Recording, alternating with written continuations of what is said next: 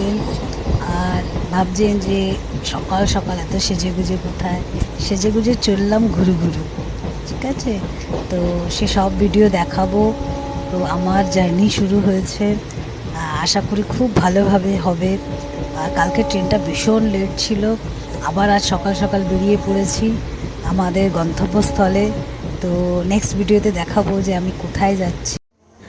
দেখুন তো বুঝতে পারেন কি না আমরা কোথায় চলে এসেছি? বুঝতে পারছেন কি? ঠিক ঠিক ঠিক, একদম ঠিক ধরেছেন।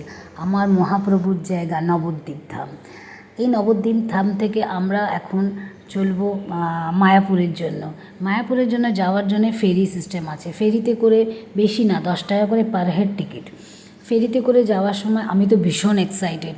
আমি তো ছেলেকে ছেড়ে দিয়ে আগে দৌড়ে দৌড়ে যাচ্ছিলাম। আর ফেরিতে বসেও এত ভালো লাগছিল। আর গঙ্গা আর নদী দুটো একসাথে মিলিত হয়ে আছে, এসব ঠাকুরজির কৃপা ছাড়া কোনো প্রশ্নই ওঠে না। আর ভীষণ খুশি, আমরা আনন্দতে বিভোর হয়েছিলাম। আর ফেরি থেকেই দেখা যাচ্ছিল মায়াপুরের যে ইস্কনের মন্দিরের চূড়া। আমরা মায়াপুরে পৌঁছে টোটো বুকিং করলাম। এখানে শেয়ারিং টোটোও চলে, বা শেয়ারিংয়ের জন্য আমরা ওয়েট করিনি। আমরা 100 টাকা দিয়ে বুকিং পুরো করে আমরা আরামসে গেলাম গদা ভবনে। আমাদের গদা ভবনে আগে থেকেই বুকিং ছিল রুম।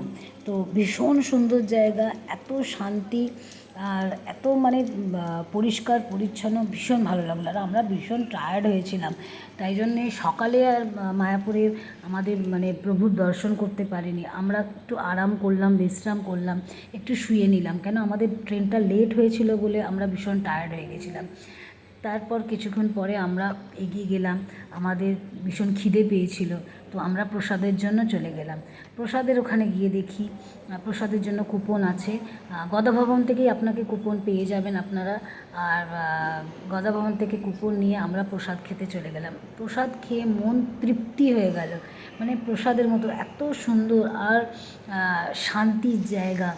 বিকেলে বেরিয়ে পড়লাম আমরা প্রভুর দর্শন করতে, কিন্তু দেখি বৃষ্টির মধ্যে এত সুন্দর লাগছে মন্দিরটা। আমি দাঁড়িয়ে দাঁড়িয়ে দেখছিলাম আর কত কিছু ভাবছিলাম। মন্দিরে গিয়ে প্রভুজির দর্শন হয়ে গেল। প্রভুজির দর্শন করে মনের কিছু সব কিছু ভুলে গেছিলাম। কোথায় ছেলে, কোথায় আমি, কোথায় মানুষ, কোথাকার সব কিছু ভুলে গেছিলাম। কীর্তন করতে করতে কখন যে টাইম চলে গেছে কিছুই বুঝতে পারিনি, বিভোর হয়েছিলাম। আর এত সুন্দর নাজারা দেখুন। এই অনুভব আমি বলে বোঝাতে পারবো না, যতক্ষণ না কেউ নেবে অনুভবটা নিজে গিয়ে। ঠাকুরজির দর্শন করে আমরা বেরিয়ে এলাম একটু মার্কেটের জন্য। মার্কেটে গিয়ে এই দেখুন, এই মহারাজ ঠিক বুঝতে পেরেছে যে কে ওদের ভালোবাসে। ঠিক ওর দাদার কাছে এসে চলে এসেছে, আমার ছেলের কাছে এসে বিস্কুট খাচ্ছে। আর খুব আনন্দ লাগলো দেখে।